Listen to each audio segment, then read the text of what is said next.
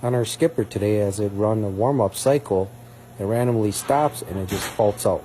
Control power shuts off. Control power is off, and I see that we have a thermal overload emergency fault. You can see the breaker there is overloaded. It tripped. So let's look on the wiring diagram and see what this breaker feeds to. And this breaker feeds spindle 2 upper head. And here is spindle number 1, spindle number 2 on the upper head. So this motor here is tripping the breaker. And I'm spinning it by hand right now to see if anything's binded, but it spins freely. So nothing is mechanically binding this motor.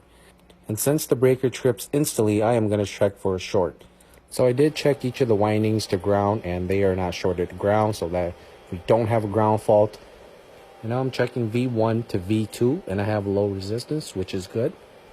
And now I'm going to check U1 to U2, and I also have low resistance. And here is the abnormal. I'm checking W1 to W2, and I have a super high resistance reading of 5.2 mega ohms, which is pretty much an open. Just to show you guys a good reading, I'm going to test spindle motor number 1. There's V1 to V2, it has a low resistance. And here's U1 to U2, it also has a low resistance. And W1 to W2 is also a low resistance reading, not like spindle motor number 2, which had a really high resistance. I have the motor pulled out, and I am going to replace it. So I have this newly rebuilt motor here. I'm just going to verify that it has low resistance to its perspective terminal, and which it does. And then I'm going to also check for ground short. So I have the lead hooked up to the motor frame. I'm just going to test each of the coil windings just to make sure that I don't have a ground short before I install this motor. I have the gear switched over to the new motor, and it spins freely. So I installed it back in. Everything's wired back in. I'm just going to spin it by hand, make sure it's spinning freely. It does.